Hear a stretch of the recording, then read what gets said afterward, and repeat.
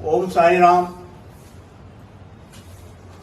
भक्तों, मुझे इस मंदिर में ये त्रिनेश्वर महादेव का मंदिर है, राजाजीपुरम में ई ब्लॉक सब्जी मंडी के एसके स्कूल के पीछे है। मुझे साईं भगवान ने 2 बार साक्षात दर्शन दिए हैं, उसके बारे में मैं आपको शेयर करना चाहता हूं। 28 जून 2019 की बात है।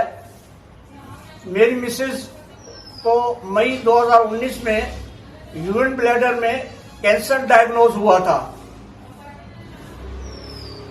हम 28 जून 2019 को यहाँ साईं को भोग लगाने के लिए आए थे और जैसे ही मैंने भोग लगाया साईं पंडित जी के थ्रू, पंडित जी और मैं दोनों एक कदम ही चले होंगे कि मैंने मन में बात की कि हे साईं भगवान, मेरी बीबी आपकी इतनी पूजा करती है, आपने इसको ये गंदी बीमारी क्यों दी?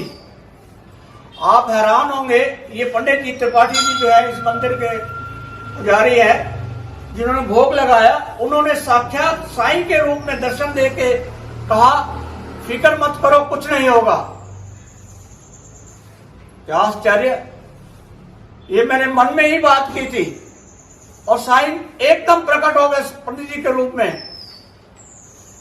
और आप हैरान होंगे, ये जब साईं जिंदा थे शिरडी में, वो द्वारका माई में बैठकर हमेशा बोलते थे कि मैं द्वारका माई में बैठकर कभी असत्य वचन नहीं बोलता। तो ये उस दिन जो इन्होंने कहा, फिक्र मत करो, कुछ नहीं होगा, आप हैरान हो गए। 3 महीने के अंदर कैंसर जैसी बीमारी साईं के प्रताप के कारण बिल्कुल खत्म हो गई और आज 1.5 साल होने वाला है, बिल्कुल ठीक है, कोई परेशानी नहीं है।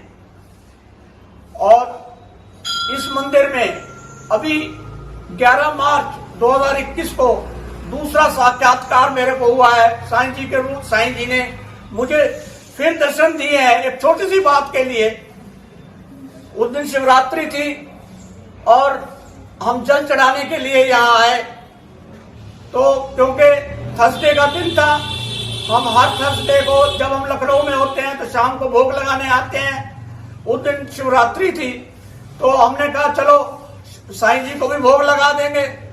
जब हम दोनों इस मंदिर में आए और मेरी बीवी जो है शिव जी को जल चढ़ाने गई तो बोली कि पहले शिव जी को भोग लगाओ। मैंने कहा नहीं, ये साईं जी का प्रसाद है, हम शाम को आते हैं, आज सुबह आ गए हैं तो पहले साईं जी को भोग लगाएंगे। आप हैरान होंगे कि साईं जी को यह बात अच्छी नहीं लगी और साईं जी ने ऐसा करिश्मा दिखा दिया। यहां मैं भोग लगाने के लिए आया, एक भक्त जो है भोग लगा रहा था, पंडित जी वो उसको भोग लगा रहे थे, तो वो खड़े थे और मैं उनके पीछे खड़ा था और मेरे हाथ में प्रसाद का डब्बा था और जैसे वो पीछे मुड़े तो मेरा ऐसे घूम के पता नहीं कैसे हुआ और इसमें से एक प्रसाद का पीस, ये देखिए 3 फुट का शीशा है और ये प्रसाद का भोग लगाया। साईं जी ने खुद आए हैं शिव जी को भोग लगाने के लिए। कैसे एक पीस निकल गया, कैसे हुआ, ये पंडित जी भी गवाह हैं। उन्होंने कहा मैंने खुद देखा है, लेकिन उन्होंने मुझे नहीं बताया। उन्होंने, साईं जी ने खुद मुझे बताया कि देखो शिव जी को भोग लग गया। ये शिव जी पार्वती की मूर्ति है और साईं ने खुद आके एक पीस कैसे निकाला, कैसे यहां भोग लग गया, ये आप ही जानो या साईं जाने। मैं तो साईं जी का बहुत शुक्रगुजार हूं। अब छोटी सी गलती के कारण अब साईं ये नहीं चाहते थे कि मेरी तुलना आप शिव जी से करो। शिव जी मेरे हरि हैं। साईं जी कभी अपने आप को भगवान नहीं कहते थे, वो अपने आप को दासन दास बोलते थे। तो इस कारण उन्होंने, मेरी गलती के कारण उन्होंने मुझे साक्षात दर्शन दिए और ये कहा कि मेरी तुलना शिव जी से मत करो, शिव जी मेरे हरि हैं और आगे से ऐसी गलती मत करना। मैं भी माफी चाहता हूं और फिर मैं ये आपको आश्वासन देता हूँ आपके थ्रू कि फिर जिंदगी भर ऐसी गलती नहीं होगी।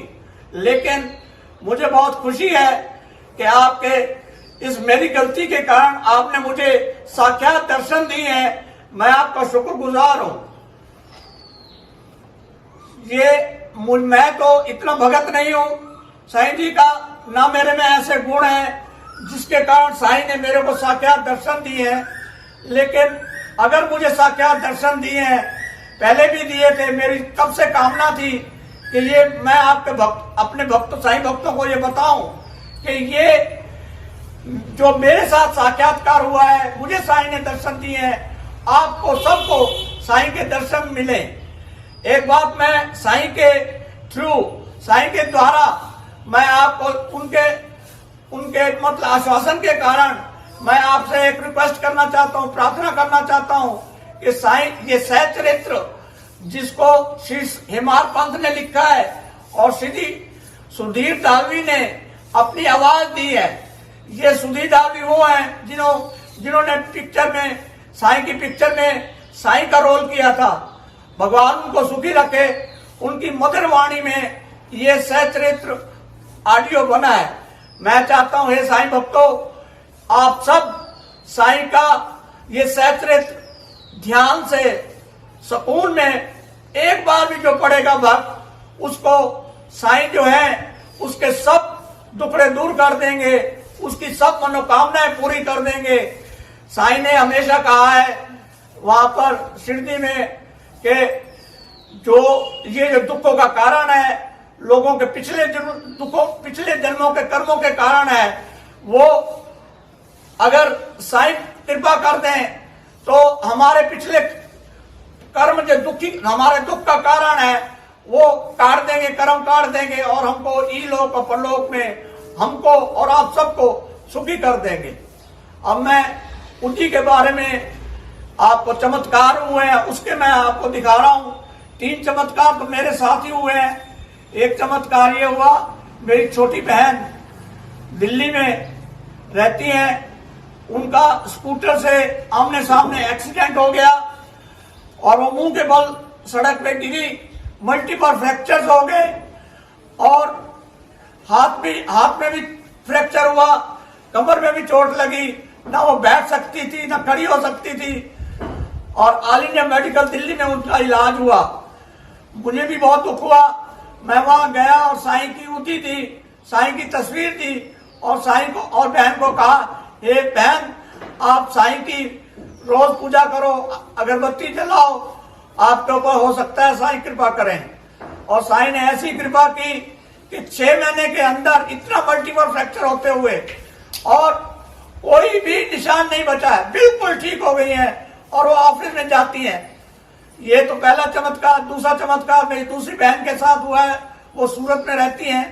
मेरे जीजा जी को ब्लड कैंसर हो गया और होमोग्लोबिन जो है 5 पर आ गया।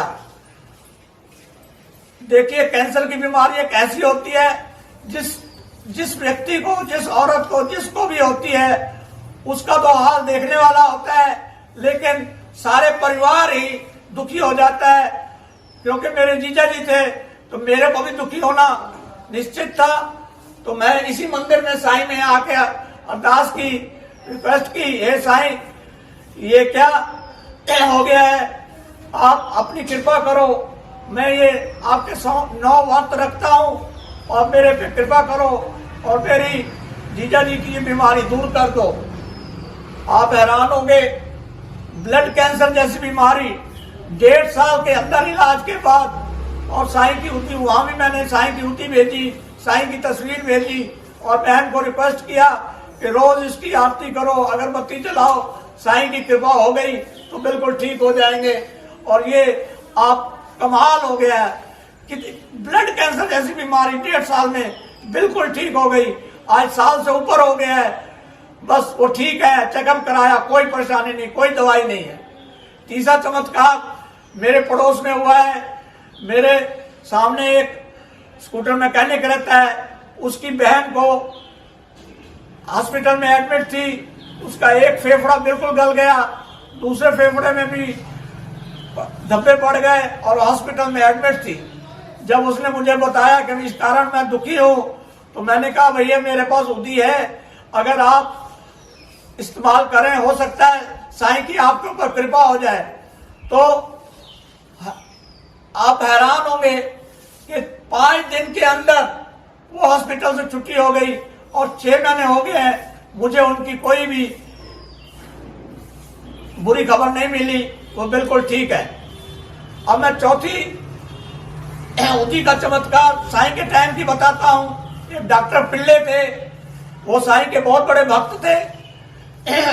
उनको टांग में नासूर की बीमारी हो गई और वो अपने साथी काका साहब दीक्षित को बोले, हे मेरे साथी, आप साईं को मेरी तरफ से अरदास कर दो कि मैं इतना दुखी हूं कि मैं समझता हूं ये मेरे पुराने कर्मों के कारण है, मैं दुख का कारण मेरे पिछले कर्म है।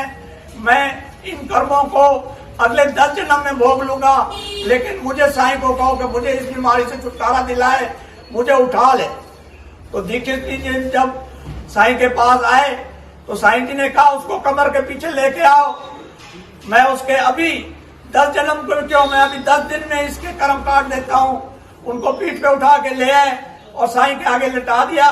साईं ने कहा अभी एक कौवा आएगा, चोंच मारेगा, आपकी टांग ठीक हो जाएगी। आप हैरान हो गए।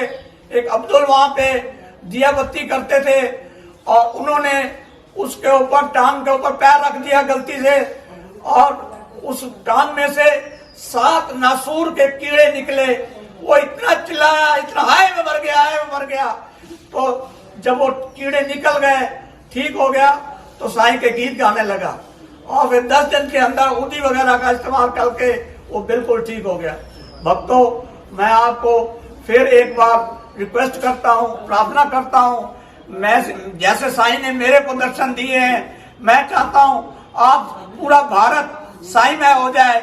ये तभी हो सकता है जब आप अपने रिश्तेदार, भाई बंधु, दोस्तों, पड़ोसियों सबको आप ये बता दें कि एक बार साईं का सिर्फ सहचरित सुनने से या उसको पढ़ने से, शांति से, ये उनके टुकड़े दूर हो जाएंगे, उनकी सब कामनाएं पूरी हो जाएंगी, पूरा भारत साईं में हो जाएगा।